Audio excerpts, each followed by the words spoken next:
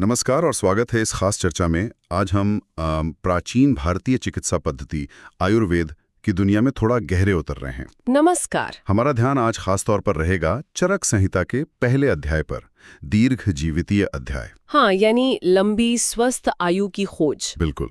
हमारे पास इस अध्याय से जुड़े कुछ पाठ्यांश हैं, कुछ नोट्स हैं और कोशिश यही है कि इनसे आयुर्वेद की जड़ें, मतलब ये शुरू कैसे हुआ और इसके जो बुनियादी सिद्धांत हैं उन्हें समझा जाए। हाँ, जो हजारों सालों से चले आ रहे हैं। सही कहा। ठीक है, तो चलिए शुरू करते हैं। आयुर्वेद ये शब्द सुनते ही जड़ी बूटियां, तेल, एक पूरी तस्वीर बनती है मन में। हाँ, एक प्राचीन ज्ञान की। लेकिन ये सब शुरू कैसे हुआ, ये ज्ञान हम तक पहुंचा कैसे? और इस पहले अध्याय का नाम ही देखिए, दीर्घजीवितीय, लंबी उम्र की तलाश। ये इच्छा तो शायद सबसे पुरानी इच्छाओं में से एक होगी इंसान की। अब बड़े विधि विधान से शुरू होती है। अच्छा। हाँ, अध्याय के शुरू और आखिर में मंगलाचरण है, मतलब शुभ प्रार्थनाएं, ताकि कोई बाधा ना आए। यहाँ तक कि जो शुरुआती शब्द हैं ओम और अथ, उनका भी बड़ा गहरा मतलब बताया गया है।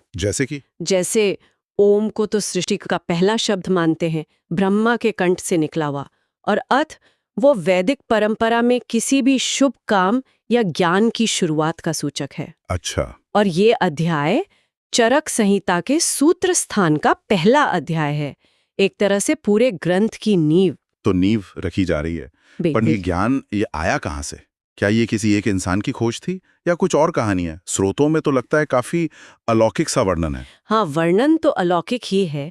स्रोतों के हिसाब से आयुर्वेद का ज्ञान मूल रूप से दिव्य है, इंसानी नहीं। दिव्य मतलब? मतलब कहते हैं कि सबसे पहले इसका ज्ञान खुद सृष्टिकर्ता ब्रह्मा को हुआ, अपने आप स्वतः प्रकट हुआ। ब्रह्मा को? अच्छा। और फिर उनसे आगे कैसे बढ़ा ये जान? ब्रह्मा ने ये ज्ञान दिया अपने मानस पुत्र दक्ष प्रजापति को। दक्ष प्रजापति? हाँ, फिर उनसे ये ज्ञान गया अश्विनी कुमारों के पास। अश्विनी कुमार माने जाते हैं देवताओं के वैद्य। ओ, देवताओं के डॉक्टर। बिल्कुल। और फिर अश्विनी कुमारों से ये ज्ञान पहुंचा देवराज इंद्र के पास। तो मतलब ये ज्ञान देवताओं के पास था। वाह, ये तो एक पूरी डिवाइन लाइन चली आ रही है ज्ञान की। लेकिन फिर ये हम तक, मनुष्यों तक कैसे पहुंचा? जरूरत क्यों पड़ी पृथ्वी पर? कहानी ये है कि एक वक्त आया जब पृथ्वी पर इंसानों में बहुत रोग और तकलीफें फैलने लगी। स्रोत इशारा करते हैं कि ये दिक्कतें खासकर उन लोगों में बढ़ी जो क्या कहते हैं, जीवन के नैतिक और प्राकृतिक नियमों से भटक रहे थे। जैसे तप, उपवास, अध्ययन, ब्रह्मचर्य, इन सब का पालन ठीक से नहीं हो रहा था। तो जब ये मानवीय कष्ट बढ़ा तो उस समय के जो बड़े बड़े ऋषि मुनि थे, जो मानवता के लिए सोचते थे, वो सब हिमालय में इकट्ठे हुए। अंगिरा, जमदग्नि, वशिष्ठ, कश्यप, भृगु, आत्रेय, गौतम, बड़े बड़े नाम हैं। तो ये एक तरह की इमरजेंसी मीटिंग थी ऋषियों की। क्या मकसद था? मकसद एक ही था कि भाई इन बढ़ते हुए रोगों और दुखों से इंसानों को कैसे बचाया जाए, कोई स्थायी उपाय खोजना था। तो काफी सोच विचार के बाद उनको लगा कि इसका समाधान तो देवराज इंद्र के पास ही मिलेगा, क्योंकि आयुर्वेद का ज्ञान तो उन्हीं के पास था। तो उन्होंने सोचा कि इंद्र से संपर्क करें। लेकिन देवताओं के राजा तक पहुंचना आसान तो नहीं रहा होगा। बिल्कुल नहीं। तब ऋषियों ने आपस में तय किया और भरद्वाज ऋषि को चुना इस काम के लिए। भरद्वाज ऋषि को क्यों? उनके तपोबल, उनके ज्ञान और उनके दृढ़ संकल्प की वजह से वो सबसे सही लगे इस काम के लिए। अच्छा। तो भरद्वाज ऋषि ने ये जिम्मेदारी ली और कहते हैं अपनी योग शक्ति से इंद्रलोक पहुंचे और वहां जाकर उन्होंने इंद्र को सारी स्थिति बताई, ऋषियों की चिंता और मनुष्यों की पीड़ा के बारे में। और इंद्र ने क्या कहा? इंद्र प्रभावित हुए भरद्वाज ऋषि की निस्वार्थ भावना से, उनकी बुद्धि से। उन्हें लगा कि हाँ, ये सही व्यक्ति हैं, तो उन्होंने आयुर्वेद का ज्ञान देने का फैसला किया। पूरा ज्ञान दे दिया? नहीं, ज्ञान इतना बड़ा था कि पूरा देना संभव नहीं था। तो इंद्र ने उन्हें संक्षेप में, मतलब सार रूप में, आयुर्वेद के जो मूल सिद्धांत थे, त्रिसूत्र, उनका ज्ञान दिया। ये बात दिलचस्प है कि स्वास्थ्य को इतनी सेंट्रलिटी क्यों दी गई। मतलब आजकल भी हम हेल्थ की बात करते हैं, पर उन ऋषियों के लिए ये जीवन के बाकी लक्ष्यों से भी ज्यादा जरूरी क्यों था? स्रोत इस पर बिल्कुल साफ है। वो कहते हैं कि आरोग्य यानी स्वास्थ्य जीवन के 4 परम लक्ष्य है ना। हाँ, धर्म, अर्थ, काम, मोक्ष। बिल्कुल। तो स्वास्थ्य को इन चारों का मूल आधार माना गया है। लॉजिक सीधा है, अगर शरीर ही बीमार है, कमजोर है, तो आदमी न ठीक से धर्म निभा सकता है, न पैसा कमा सकता है, न इच्छाएं पूरी कर सकता है, और मोक्ष के रास्ते पर तो खैर क्या ही चलेगा। बात तो सही है। रोग इन चारों पुरुषार्थों में सबसे बड़ी रुकावट है। इसीलिए ऋषियों ने इसे सबसे बड़ी जरूरत समझा और इतने गंभीर प्रयास किए। तो इंद्र ने भरद्वाज को जो त्रिसूत्र सिखाए वो क्या थे? क्या वही आयुर्वेद की फाउंडेशंस हैं? हाँ बिल्कुल, सबसे बुनियादी ढांचा कह सकते हैं। ये 3 सूत्र हैं: हेतु, लिंग और औषध। हेतु, लिंग, औषध। हेतु यानी रोग का कारण क्यों हुआ, लिंग यानी रोग के लक्षण या निशानियां कैसे पता चल रहा है, और औषध यानी उसका इलाज या दवा, हल क्या है। कारण, लक्षण, उपचार। हाँ, और इन्हें समझना जरूरी है कि ये ज्ञान सिर्फ बीमारों के लिए नहीं है, ये स्वस्थ लोगों का स्वास्थ्य बनाए रखने के लिए भी है और बीमारों के रोग दूर करने के लिए भी। अच्छा, दोनों के लिए? हाँ, दोनों के लिए। इसे शाश्वत और पुण्यदायी माना गया है। कुछ लोग इसे त्रिस्कंध यानी ज्ञान की 3 शाखाएं भी कहते हैं। हेतु, लिंग, औषध। ये सुनने में तो आज की मेडिकल साइंस जैसे ही लगता है, डायग्नोसिस और ट्रीटमेंट। हाँ, एक तरह से वैसा ही है, पर शायद इसकी समझ थोड़ी और गहरी है। ये सिर्फ शारीरिक लक्षणों तक सीमित नहीं, इसमें मानसिक, जीवन शैली से जुड़े कारण वो सब शामिल हैं। भरद्वाज ऋषि ने ये ज्ञान लिया, उसे समझा, और कहते हैं उन्होंने खुद भी लंबी और सुखी जिंदगी जी। पर सबसे बड़ी बात, उन्होंने ये ज्ञान सिर्फ अपने तक नहीं रखा। उन्होंने क्या किया? वो पृथ्वी पर लौटे और बाकी ऋषियों को सिखाया। इस तरह ये ज्ञान मानवता तक पहुंचा। जब बाकी ऋषियों ने ये ज्ञान सीखा, तो क्या उनका दुनिया को देखने का नजरिया बदला? मतलब क्या आयुर्वेद चीजों को समझने का कोई खास तरीका देता है? हाँ बिल्कुल।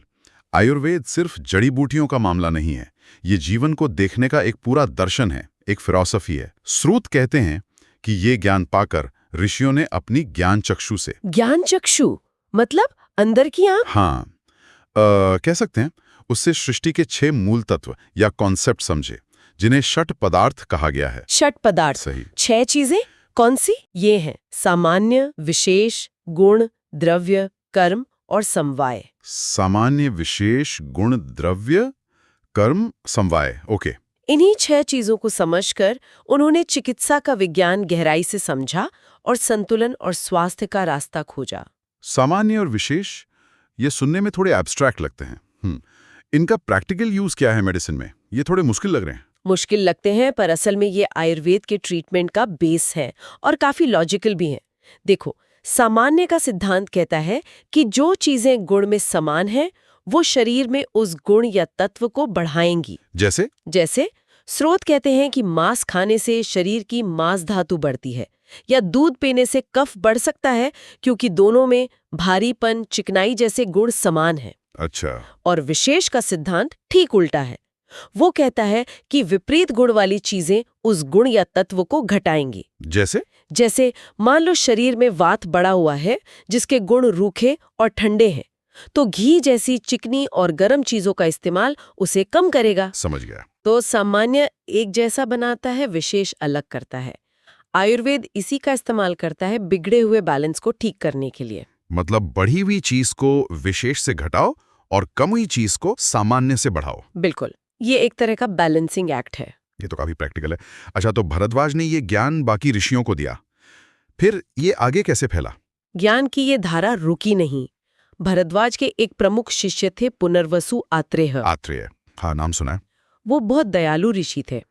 उन्होंने सोचा कि ये ज्ञान ज्यादा से ज्यादा लोगों तक पहुंचना चाहिए, तो उन्होंने अपने 6 सबसे काबिल शिष्यों को ये ज्ञान दिया। 6 शिष्य कौन कौन? अग्निवेश, भेल, जतुकर्ण, पराशर, हारीत और शार्पाणी। अग्निवेश, चरक संहिता का जो मूल रूप है, वो तो शायद अग्निवेश तंत्र ही माना जाता है ना? बिल्कुल सही। कहते हैं कि गुरु आत्रेय ने ज्ञान तो सबको बराबर दिया, लेकिन अग्निवेश अपनी तेज बुद्धि की वजह से सबसे आगे रहे। उन्होंने ही सबसे पहले गुरु से मिले ज्ञान को ठीक से जमा कर एक किताब जैसा रूप दिया, जिसे तंत्र कहा गया। बाद में भेल और बाकी शिष्यों ने भी अपने अपने तंत्र लिखे, पर अग्निवेश का तंत्र सबसे मशहूर और बेस माना गया। इन ग्रंथों को बाकी ऋषियों और देवताओं ने भी सराहा, और इसी अग्निवेश तंत्र को बाद में चरक और फिर दृढ़बल ने सुधारा और बढ़ाया, जिससे आज की चरक संहिता बनी, ऐसा मानते हैं। तो अगर हमें शॉर्ट में आयुर्वेद को डिफाइन करना हो तो श्रोत क्या कहते हैं? ये शास्त्र है किस बारे में? श्रोत एक बहुत क्या कहते हैं, कॉम्प्रिहेंसिव परिभाषा देते हैं। वो कहते हैं आयुर्वेद वो शास्त्र है जिसमें 4 तरह की आयु या जीवन का वर्णन हो। 4 तरह की आयु? हाँ। हित आयु यानी वो जीवन जो अच्छा हो, सबके लिए लाभकारी हो। अहित आयु जो नुकसानदायक हो। सुख आयु जो खुशहाल हो, आनंदमय हो। और दुख आयु जो तकलीफ दे हो। अच्छा, हित, अहित, सुख, दुख आयु। और सिर्फ इतना ही नहीं, इन चारों तरह की जिंदगी के लिए क्या अच्छा है पथ्य और क्या बुरा है अपथ्य, उसका पूरा ब्यौरा हो। और साथ ही आयु का मान यानी उम्र कितनी हो सकती है, उसकी प्रकृति कैसी है, इसका ज्ञान जिसमें मिले, वही शास्त्र आयुर्वेद है। और आयु यानी जीवन को आयुर्वेद कैसे देखता है? क्या ये सिर्फ सांस लेना है?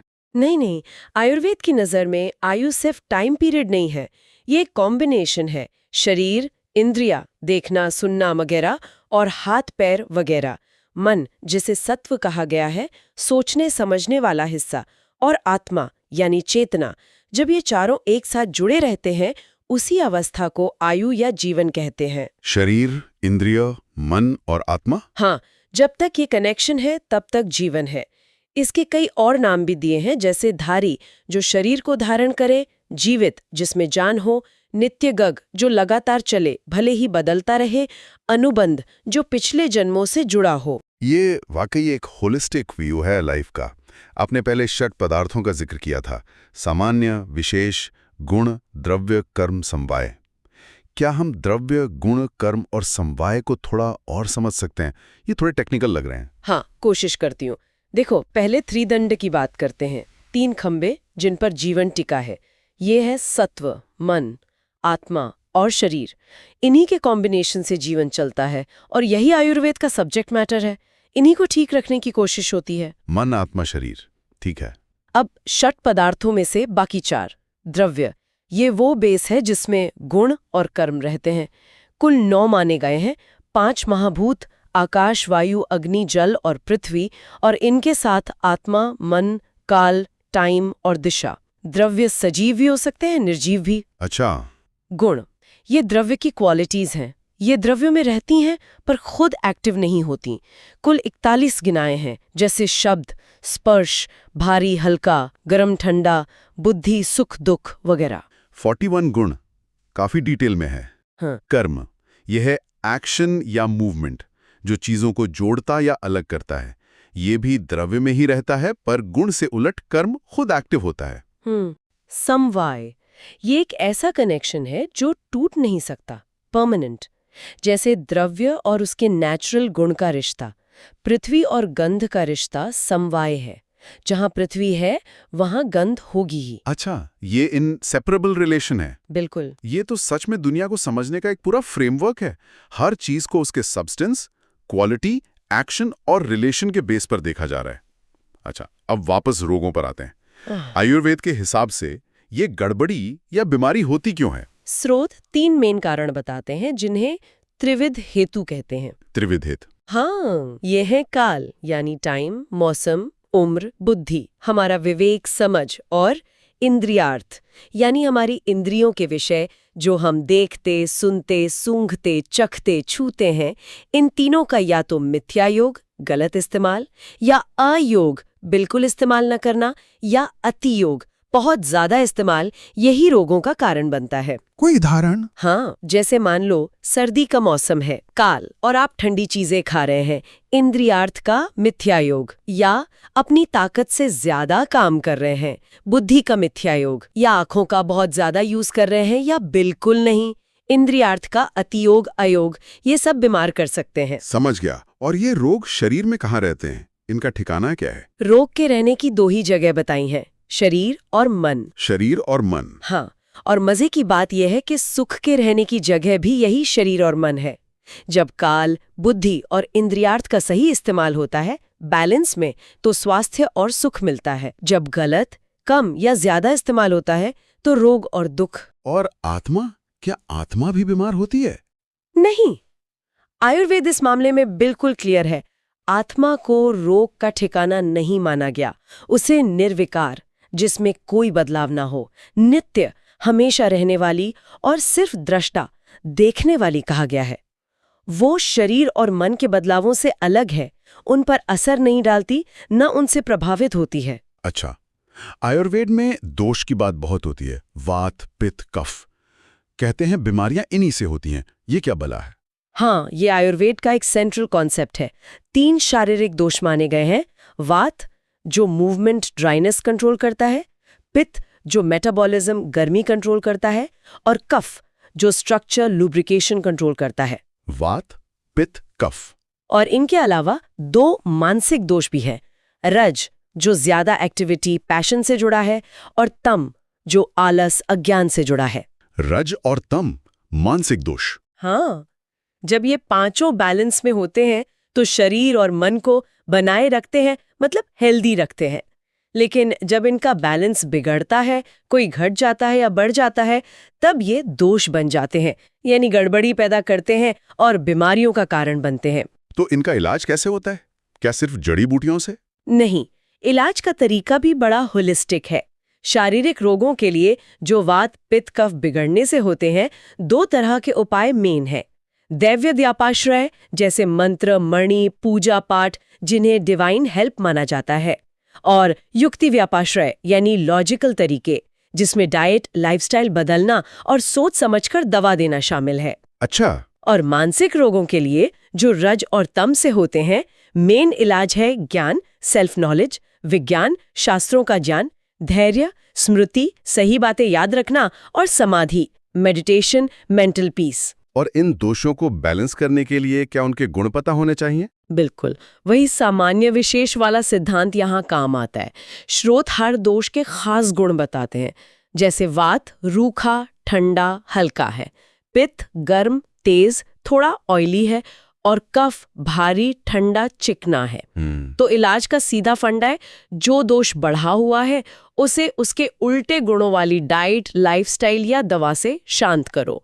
जैसे बढ़ा हुआ वात रूखा, ठंडा है, तो तेल मालिश, चिकना और गर्म खाना गर्म दे सकते हैं।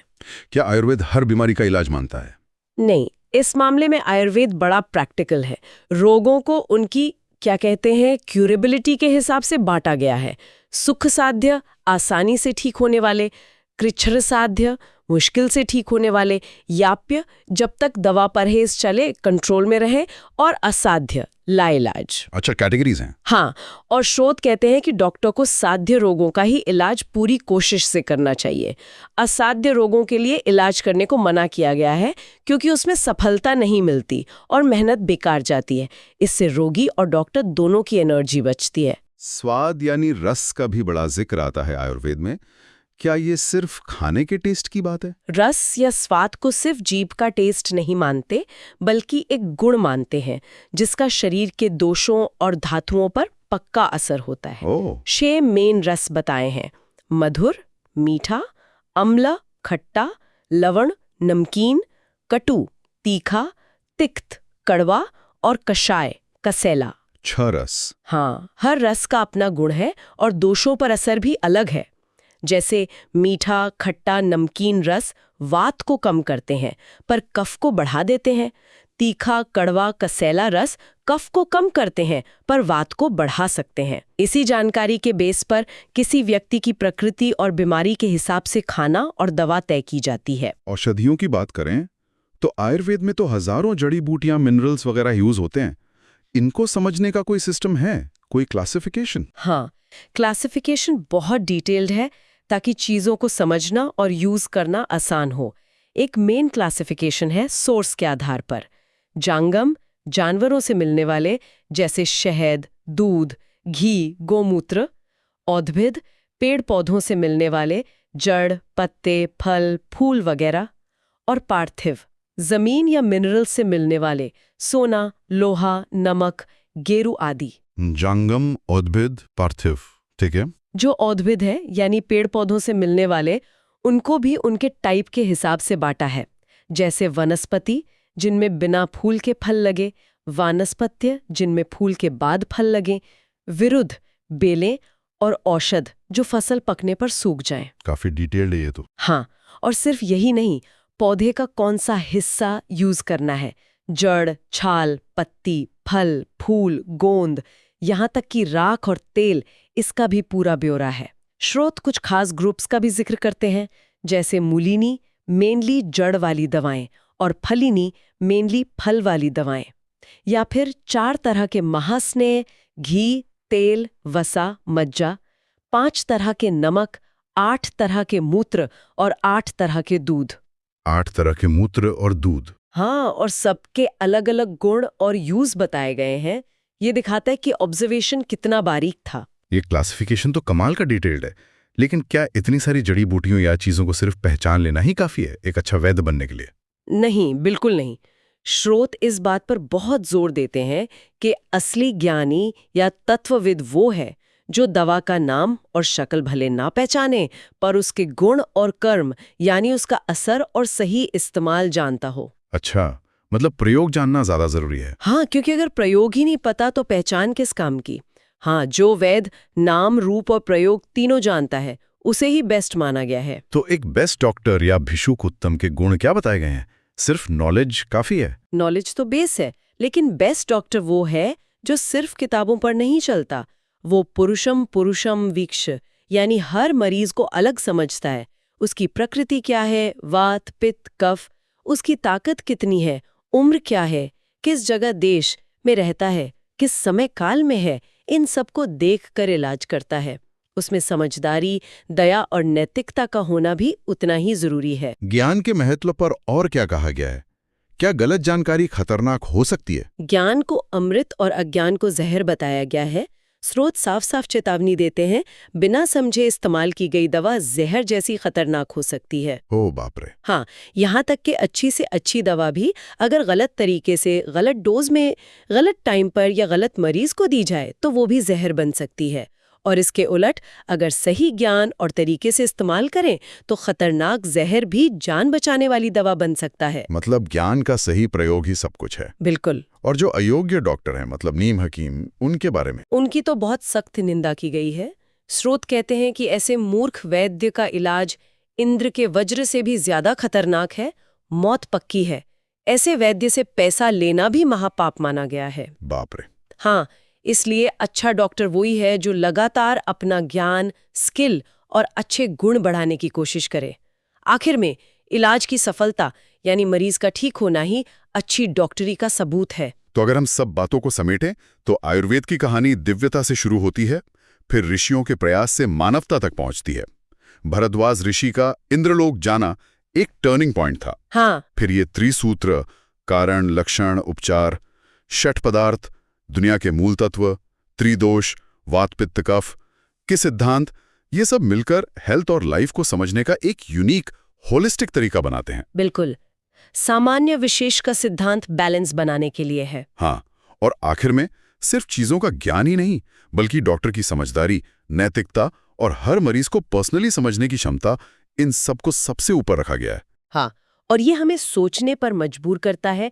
इन पुराने टेक्स्ट में डॉक्टर के ज्ञान, उसके नैतिक व्यवहार और सही युक्ति यानी एप्लीकेशन पर इतना जोर है।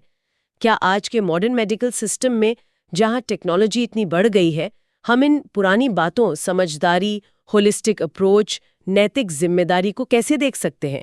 क्या ये आज भी उतने ही रेलेवेंट है? बड़ा सवाल है। या फिर वो सामान्य और विशेष वाला सिद्धांत ही देखिए, समान से बढ़ोतरी, विपरीत से कमी, बैलेंस का ये जो फंडा है, क्या ये सिर्फ शरीर के इलाज तक ही सीमित है या ये हमारी जिंदगी के दूसरे हिस्सों पर भी लागू होता है? जैसे हमारे खाने में बैलेंस, हमारी लाइफस्टाइल में बैलेंस, यहाँ तक कि हम जिस तरह से इंफॉर्मेशन लेते हैं, क्या उसमें भी सामान्य एक ही तरह की ज्यादा जानकारी और विशेष अलग अलग नजरिए के बीच बैलेंस की जरूरत है? ये सोचने वाली बातें हैं। वाकई सोचने के लिए बहुत कुछ छोड़ दिया आपने आखिर में। इस गहरी और दिलचस्प चर्चा में हमारे साथ शामिल होने के लिए बहुत बहुत धन्यवाद। धन्यवाद। अगली बार फिर मिलेंगे कुछ नए स्रोतों और विचारों की गहराइयों में उतरने के लिए।